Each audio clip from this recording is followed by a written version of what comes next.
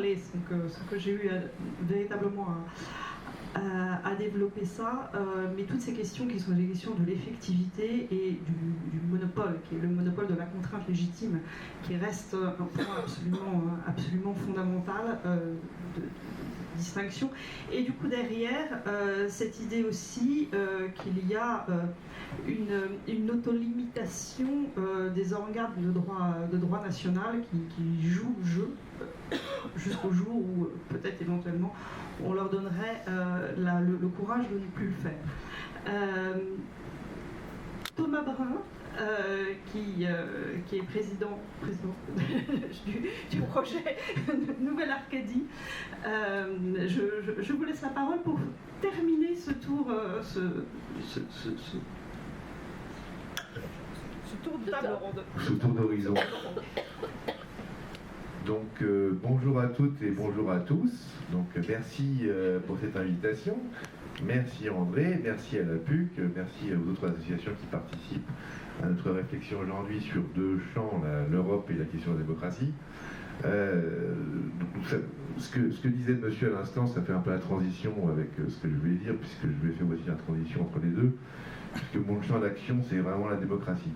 Oui, donc on se dirige sur cette question-là qui a été évoquée dans ces foultitudes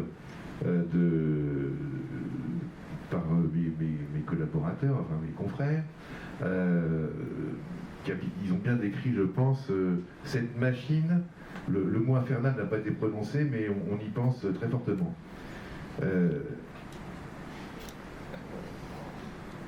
L'idée de l'Europe, elle est très vieille. Elle est très vieille. Beaucoup ont tenté d'expérimenter un projet européen. Un qui est très peu cité, c'est Louis XIV.